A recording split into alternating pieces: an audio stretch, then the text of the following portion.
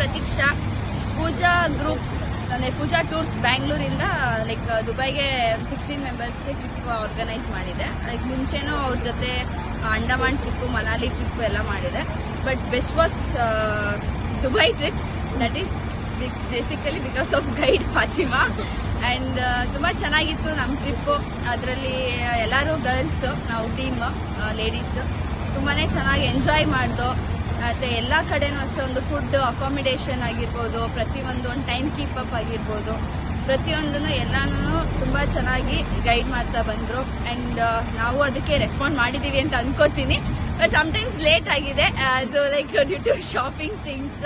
But most of ನಮ್ಮ ಇಟನರಿಯಲ್ಲಿ ಇದ್ದಿದ್ದ ಎಲ್ಲ ಪ್ಲೇಸಸ್ನು ಕವರ್ ಮಾಡಿದ್ದೀವಿ. ಆ್ಯಂಡ್ ಎಲ್ಲ ದುಬೈ ಪ್ಲೇಸಸ್ ಎಲ್ಲಾನು ನೋಡಿದ್ದೀವಿ. ಶಾಪಿಂಗೂ ಸ್ಯಾಟಿಸ್ಫೈ ಆಗೋರ್ಗು ಶಾಪ್ ಮಾಡಿದ್ದೀವಿ.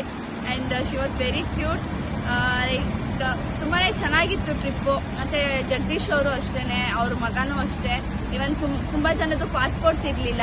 ಸೊ ಪಾಸ್ಪೋರ್ಟ್ಸು ಅಷ್ಟೇ ತತ್ಕಾಲಲ್ಲಿ ಬುಕ್ ಮಾಡಿ ಇಮಿಡಿಯೇಟ್ ಪಾಸ್ಪೋರ್ಟ್ಸ್ ಮಾಡಿಸಿ ಕೊಟ್ಟರು.